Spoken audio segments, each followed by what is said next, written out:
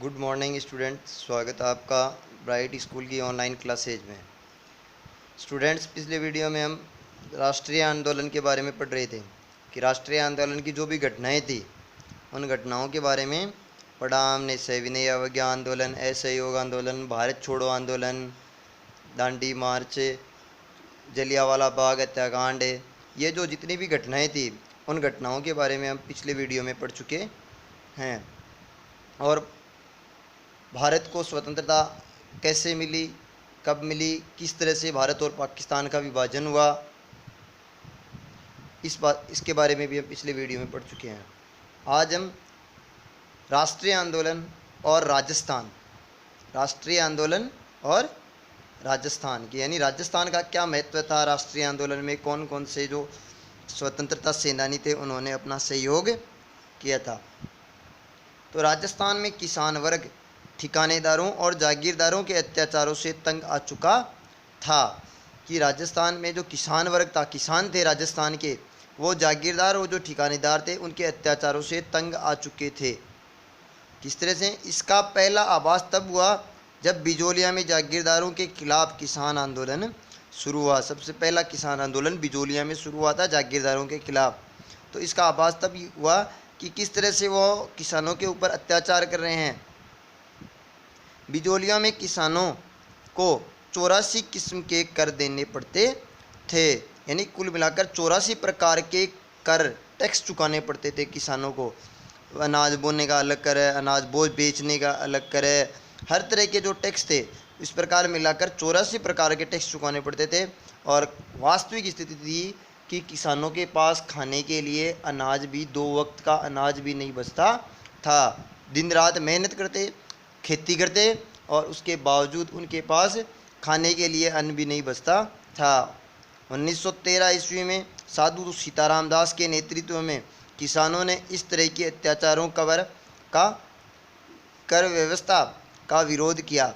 कि जो 1913 में साधु सीताराम दास के नेतृत्व में किसानों ने इन अत्याचारी जो कर व्यवस्था थी, टैक्स व्यवस्था थी अत्याचार की, इसके विरुद्ध विरोध किया। और 1916 में विजय सिंह पथिक और माणिक्यलाल वर्मा के नेतृत्व में किसानों ने बेगार करने से मना कर दिया और कर भी नहीं दिया। कि 1913 में साधु सीताराम दास ने शुरुआत की और 1916 में विजय सिंह पथिक और माणिक्यलाल वर्मा के नेतृत्व में किसानों ने बेगार देना, मतलब काम को पैसे नहीं मिलते थे, बदले में काम ही करते थे, और कर टैक्स देने से मना कर दिया कि हम नहीं देंगे, खेत हमारे हैं, मेहनत हम करते हैं, और फिर भी आपको इतना जो अनाज है वो टैक्स है वो क्यों दे। आने वाले समय में अन्य रियासतों और ठिकानों के किसानों ने भी बिजालिया किसान आंदोलन से सीख लेकर बेगार और कर देना बंद कर दिया।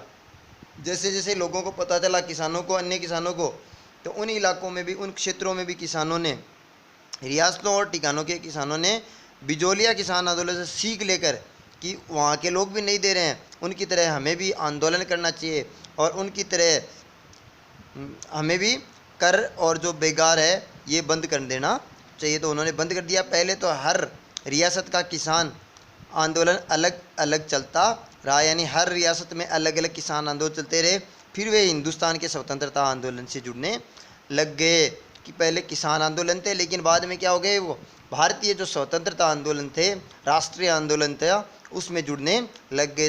लगभग सभी रियासतों में प्रजामंडल का गठन किया गया, एक एक प्रजामंडल का गठन किया गया। प्रजामंडल किसानों की समस्याओं के अलावा रियासतों के में मौजूद बदहाली के खिलाफ भी आवाज़ उठा रही थी।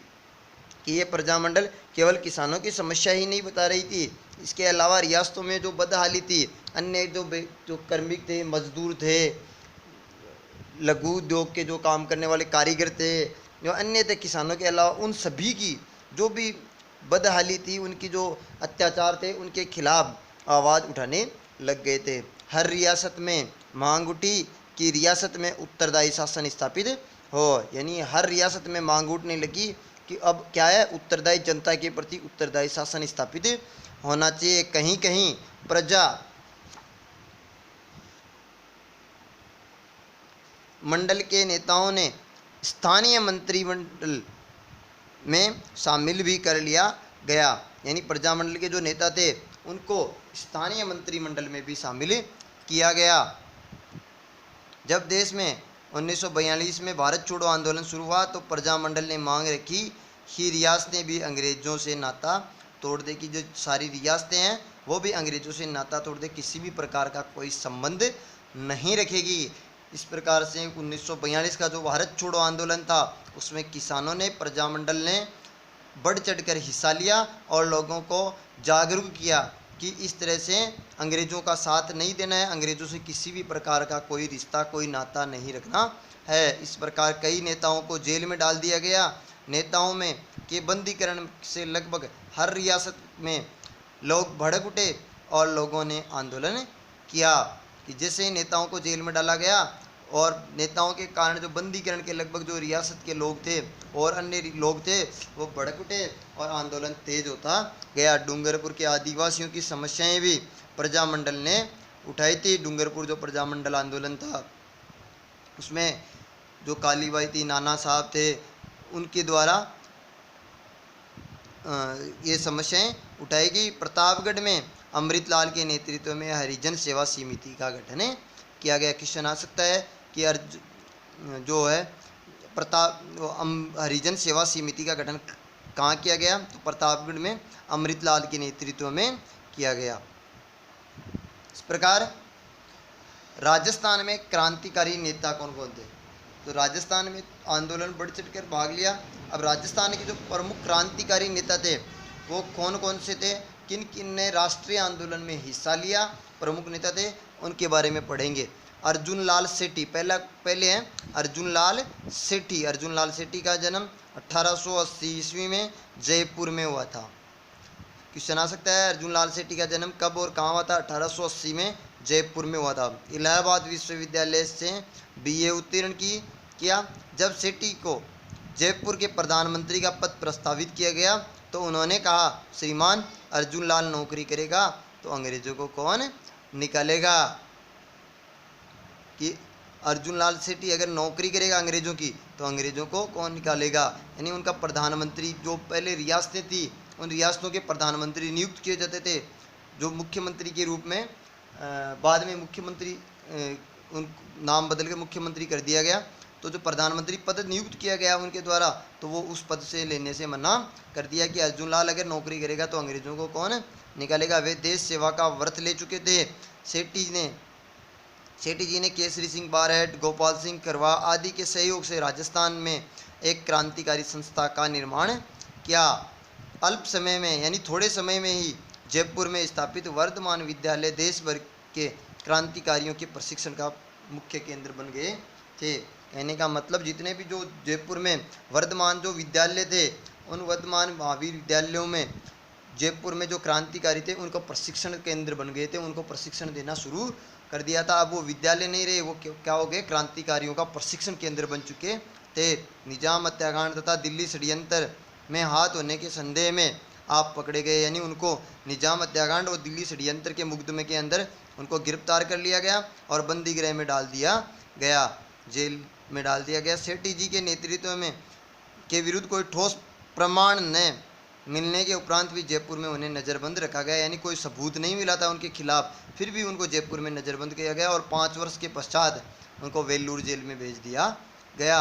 वहाँ जेल अधिकारियों के दुर्व्यवहार के कारण कई दिनों तक वे अनशन पर बैठे रहे, यानी प्रताड़ित करते थे जेल के जो कर्मचारी थे, तो इसके कारण वे अनशन पर बैठ गए। 1920 में रिहा होने पर सेठी जी कांग्रेस में शामिल हो गए, पर नीति संबंधी मतभेदों के चलते कांग्रेस से अलग हो गए और जीवन यापन के लिए अजमेर की दरगाह में मुसलमान बच्चों को अरबी फारसी पढ़ाना शुरू कर दिया। यानी कांग्रेस के जो विचार थे उनसे उनका मेल नहीं हुआ, जिसके कारण मतभेद होने के कारण फिर कांग्रेस पार्टी को छोड़कर वो अजमेर की दरगाह में चले गए और वहाँ पर जो मुसलमान बच्चे थे उनको अरबी फारसी पढ़ाना शुरू कर दिया था। वे हिंदू मुसलमानों में किसी भी तरह का कोई भेदभाव नहीं करते थे, पूरे देश के लोगों को एकता स्थापित करना चाहते थे। 22 सितंबर 1941 को अजमेर में सेठी जी का देहांत हो गया। इस प्रकार अर्जुन लाल सेठी थे और राष्ट्रीय आंदोलन में प्रमुख नेता के रूप में उन्होंने कार्य किया, वह लोगों को जागरूक किया। क्वेश्चन आ सकता है कि अर्जुन लाल शेट्टी के बारे में आप क्या समझते हैं, या राजस्थान के प्रमुख नेताओं में अर्जुन लाल शेट्टी का क्या योगदान रहा, तो उसका आंसर हम आसानी से दे सकते हैं। बिजोलिया किसान आंदोलन के बारे में भी प्रश्न पूछ सकते हैं कि बिजोलिया किसान आंदोलन कब कैसे शुरू हुआ, क्या घटनाएं थी, तो उसका उत्तर भी हम आसानी से दे सकते हैं। ठीक है स्टूडेंट्स।